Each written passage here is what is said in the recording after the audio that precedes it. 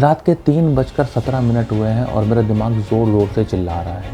ये ऑफिस में हुई कन्वर्सेशन को बार बार रिप्ले कर रहा है, पर ये एक डायरेक्टर कट है जिसमें मैं ही विलेन हूँ, क्योंकि मेरा बोला गया हर शब्द गलत था और मेरा हर फैसला गलत है। दिल ज़ोरों से धड़क रहा है और पसीना भी आ रहा है, पर ये कोई खास दिन नहीं है, एक नॉर्मल ट्यूसडे है। सालों तक मेरा माइंड ऐसे ही बैटलफील्ड बना रहा जिसमें 24/7 मेरे फेलियर का कॉन्टिन्यूस ब्रॉडकास्ट होता रहता था। यह है ओवर थिंकिंग का बर्डन। लेटेस्ट पोल से हमें यह पता चलता है कि 25 से 35 एज ग्रुप तक के 75% लोगों के अंदर ओवर थिंकिंग का एक मेजर इशू है। ये एक अंदरूनी शोर की महामारी है। पर क्या हो अगर मैं आपसे बोलूं कि ओवर थिंकिंग का सोल्यूशन उसे लड़ना नहीं है, बट उसको लेट गो करना है। लेट गो का मतलब हार मानना नहीं है, लेट गो का मतलब है अपनी पावर को वापस लेना। अपनी लाइफ के ज़्यादातर हिस्से में मुझे ऐसा ही लगता था कि मैं किसी प्रॉब्लम के बारे में ज़्यादा सोच के उसे सॉल्व कर सकता हूँ, बट ऐसा करने से दिमाग में बहुत गहरी खाइयाँ बन गई और एक ही थॉट बार बार रिपीट होता रहता था।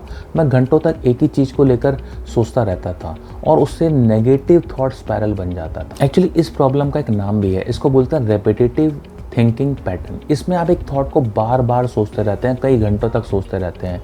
आप इसको ऐसे समझ सकते हैं कि एक मैराथन दौड़ना जैसा है, बट आप पहुंचते कहीं भी नहीं है। तो मुझे इस प्रॉब्लम से ऐसा बिलीव होने लगा कि ये शायद मेरी बाय बर्थ प्रॉब्लम है और ये हमेशा मेरे साथ रहने वाली है और मैं कभी भी शांत नहीं हो पाऊंगा। शांति मुझे बहुत दूर पहाड़ों में बैठे हुए साधुओं की कोई चीज़ लगती थी, बट ऐसा लगता था कि नहीं यार, यहाँ बैठ के इस तरह की लाइफ में तो शांत नहीं हुआ जा सकता। फिर एक दिन मैं ऑनलाइन कुछ एक्सप्लोर कर रहा था तो मुझे एक बुक दिखी जिसका नाम था the art of letting go by Nick Trenton. इस बुक ने मुझे रातों रात करोड़पति बनने का कोई फॉर्मूला नहीं दिया, बट इसने मुझे ओवर थिंकिंग को समझने का, इमोशनल फ्रीडम पाने का और नेगेटिव स्पायरल जो थॉट्स थे उनको रोकने के लिए एक टूल किट दी।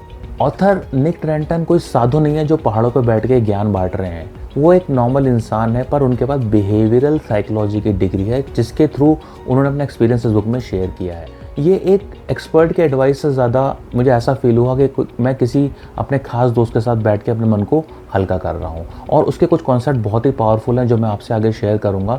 और सेकंड कॉन्सेप्ट तो बहुत ही पावरफुल है, तो प्लीज़ वीडियो को अंत तक देखिए। इस बुक में जो सबसे पहला कॉन्सेप्ट मेरे को अच्छा लगा, उस कॉन्सेप्ट का नाम था डिकॉटमी ऑफ कंट्रोल। ये एक एंशिएंट स्टोइक फिलॉसफी है जो हर सिचुएशन होती है इसके अंदर दो एस्पेक्ट होते हैं। एक एस्पेक्ट वो होता है जिसके ऊपर आपका कंट्रोल होता है और एक एस्पेक्ट वो होता है जिसके ऊपर आपका कंट्रोल नहीं होता है, और आपको इस तरह का डिकॉटमी हर तरह की सिचुएशन में देखने को मिलेगा।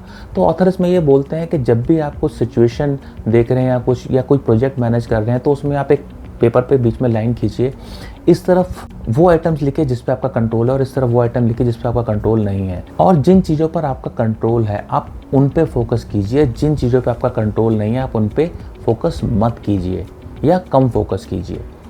तो ये कॉन्सेप्ट जब मैंने देखा तो मुझे वाकई में बहुत अच्छा फील हुआ, क्योंकि मुझे ऐसा फील हुआ कि लाइफ में आज तक मैं उन चीज़ों पर ज़्यादा फोकस कर रहा था कि जहाँ मेरा कंट्रोल नहीं है। एंड आई एम श्योर कि अगर आप भी इस कॉन्सेप्ट को अपनी लाइफ में लेके आएंगे, आप किसी छोटी सी चीज़ से स्टार्ट करके देखिए।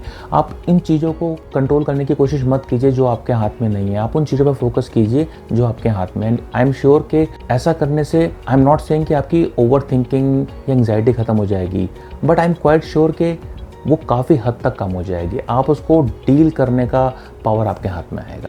इसी सेम कॉन्सेप्ट को 7 habits of highly effective people में ऑथर ने हमें समझाने की कोशिश करी है through circle of influence and circle of concern.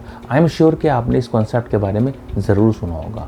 तो ये दोनों कॉन्सेप्ट सेम है, आप इसको अपनी लाइफ में लेके आइए and you will feel lot of benefit. दोस्तों, आगे बढ़ने से पहले मेरी एक हम्बल रिक्वेस्ट है कि इस कंटेंट को लाइक करें, वीडियो को अंत तक देखें और अपने कमेंट शेयर करें कि इस वीडियो से आपने क्या समझा और आप अपनी लाइफ में कैसे इम्प्लीमेंट करेंगे। आपको सजेशन देना चाहते हैं कि अगले वीडियो किस टॉपिक पर आएँ।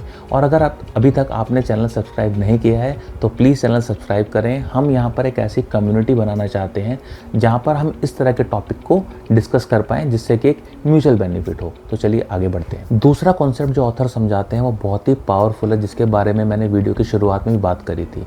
वो है नॉन जजमेंटल थिंकिंग का। Nick Trenton the art of letting go book में हमें यह बताते हैं कि जो थॉट्स होते हैं ना, इनसे हमें परेशानी नहीं है। परेशानी तब होती है जब उस थॉट्स के साथ हम अपनी किसी जजमेंट को एसोसिएट कर लेते हैं।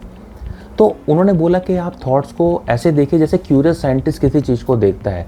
थॉट आए, आपने उनको ऑब्जर्व करा और आपने उस टाइम पे समझा कि बॉस मैं थॉट नहीं हूँ। जैसे मान लीजिए आपके मन में थॉट आया कि यू आर ए फेलियर, तो आपको ऐसा सोचना है कि मेरे को एक थॉट आया कि आई एम ए फेलियर, और ये एक डर वाला थॉट है। तो जब हम अपने थॉट को थोड़ा सा एक डिस्टेंस बना के देखते हैं ना, तो बीच में बफर क्रिएट होता है जो हमें हेल्प करता है ये समझने में कि we are not the thoughts. क्या होता है, मैक्सिमम टाइम हम अपने आप को उन थॉट के साथ एसोसिएट कर लेते हैं, जिससे कि हम एक डर या फिर एंग्जाइटी या फिर एक हम ओवर थिंकिंग वाले मोड में चले जाते हैं। तो ये नॉन जजमेंटल थिंकिंग एक बहुत ही ब्यूटीफुल और बहुत ही इफेक्टिव कॉन्सेप्ट है, एंड आई एम श्योर कि आप ऐसा करके देखिए तो you will really feel the difference. इस बुक में बहुत सारे कॉन्सेप्ट हैं, बट इसके अलावा 2 और ऐसे कॉन्सेप्ट हैं जो मैं आपको ब्रीफ में एक्सप्लेन कर देता हूँ। एक कॉन्सेप्ट इसमें निक ट्रेंटन इस बुक अपने आर्ट ऑफ लेटिंग गो में बताते हैं, ब्रेन डंप। तो ब्रेन डंप क्या होता है? ब्रेन डंप का मतलब है कि बहुत सारे थॉट्स हैं जो हमारे दिमाग में चलते रहते हैं, हमें तंग करते रहते हैं। तो वो कहते हैं कि जब भी ऐसा कुछ थॉट आपके मन में आए ना, तो आप उसको पेपर में लिख लो। ये कॉन्सेप्ट बहुत सारी जगह जर्नलिंग के नाम से भी बताया जाता है, बट निक ट्रेंटन इसको बोलते हैं ब्रेन डंप। तो जब भी आपके मन में कोई नेगेटिव थॉट आए, किसी के बारे में गलत ख्याल आए, या कुछ आप किसी चीज़ से घबरा रहे हैं, एंग्शियस हो रहे हैं, तो आप एक पेपर पे, डायरी पे उसको नोट कर लीजिए। एंड सिर्फ ऐसा करने से ना बहुत रिलीफ मिलता है। आई एम श्योर कि अगर आप ऐसा करेंगे तो you will feel the difference. एक और गेम चेंजर कॉन्सेप्ट जो निक ट्रेंटन इस बुक में बताते हैं वो है डोंट चेस परफेक्शनिज्म, चेस एक्सेलेंटिज्म। तो बेसिकली ये 3 इडियट में रेंचो ने भी सेम यही बात बोली है कि बॉस आप एक्सेलेंट बनो। जब आप एक्सेलेंट बनोगे तो सक्सेस अपने आप आपके पीछे आएगा।